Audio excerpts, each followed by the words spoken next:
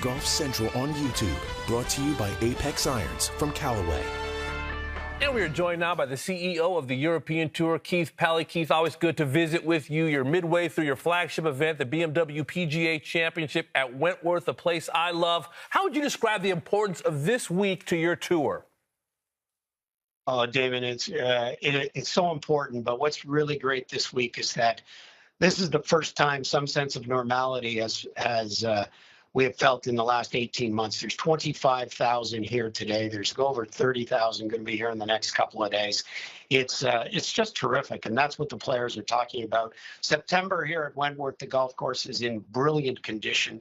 We've had really good weather and some low scores, which just is a testament to how good these players are, regardless of how tough the golf course is, regardless of how quick the greens, how tough the rough is. If the weather's nice, these guys are just unbelievable, and the scores are certainly showcasing that. But yeah, it's important to us, and it's easy to have a smile on your face, and it's been tough to have a smile on your face on a weekly basis. But we're having it this week here with the BMW in full crowds. No doubt, a lot of great golf, a lot of news happening as well. Keith, end of last year, the European Tour and PGA Tour announced a strategic alliance involving tournaments and media rights. What was the journey like with these two tours going from rivals to partners? Well, you know, it happened over a period of 6 to 9 months when the pandemic started for Jay and I to have regular conversations about how we were each going to deal with the challenges that we were facing. And those conversations quickly led to something much bigger. And in November, we signed a strategic alliance, which allowed them to be a partner in our production company. And I can tell you, overnight, we went from competitors to partners. And this week, Jay was here. We played in the Pro-Am together. We played yesterday again at Sunningdale. He beat me 5-4, so I'm saying that publicly, which was very challenging for me. But it has been absolutely brilliant. We have everything that we talk about. We talk about the game. We talk about the stakeholders. We talk about the benefits that we can bring to our respective members. And then we talk about consumers. So I think there's a lot of important conversations to happen over the last year, over the next year. We made a very important first step, and that's what I'm calling it, a first step, when we co-sanctioned the Scottish Open, which is now the Genesis Scottish Open, and our players also have access to the Barracuda and Barbasol. We are buzzing with anticipation about what this alliance can mean to the greater game and how we can benefit our respective memberships. Yeah, Keith, you mentioned the consumer. What does the golf fan, the golf viewer, benefit from this new partnership?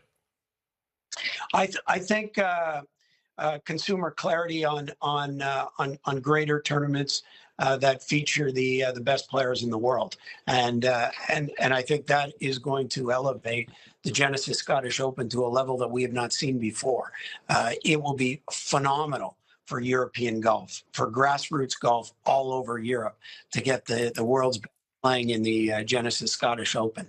I think our next step is still to come, and we'd love to give you more information on that. But I think you can appreciate the complexities of our tours. We each have some 300 members, and to find a solution and to find a product, to find a way of enhancing that product for the consumer, while at the same time benefiting all members, is the complexity that we're working our way through. And we're now talking about, we've announced what we're going to do for 2022.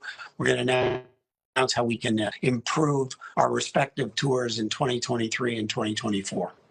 Keith, you talk about consumers and what they want. Something that seems to be a consensus among golf fans is Lynx golf. We want more Lynx golf. Is there a Lynx season on the horizon potentially with the European Tour? You know, that's nobody's ever asked me that question before, but it is obviously one of the unique advantages of European golf, and the fact that there are so many wonderful Lynx golf courses. When I first arrived here at the European Tour, I talked about having 3 or 4 Lynx events in a row leading up to the Open Championship. And I remember bringing that to some of the players and some of our board members, and they quickly talked to me about it is fine to play Lynx golf once, twice in a row, but having a series will be so difficult for the players. You know, when the wind blows, the rain blows, the rain comes with some of the temperatures and some of the weather. It can change the player's golf swing, and it is too difficult to play 3 or 4 weeks in a row potentially. So we definitely want to play Lynx as much as we possibly can, but we understand that it can be really difficult and very, very tough on the players, and can be, in fact, detrimental long-term if you play too often, because it's a completely different game. Well, one thing that's been tough on the American golf fan is the Ryder Cup. We sit on the eve of another Ryder Cup. What's impressed you the most about Padraig Harrington's tenure so far as European captain? Well, Padraig is calm. Padraig is ridiculously bright. He's an accountant by trade. He is, he seems to be unfazed by anything at this time. Now, let's see what transpires over the next couple of days, because his 3 picks are happening, as you know, on Sunday evening. It is really tight.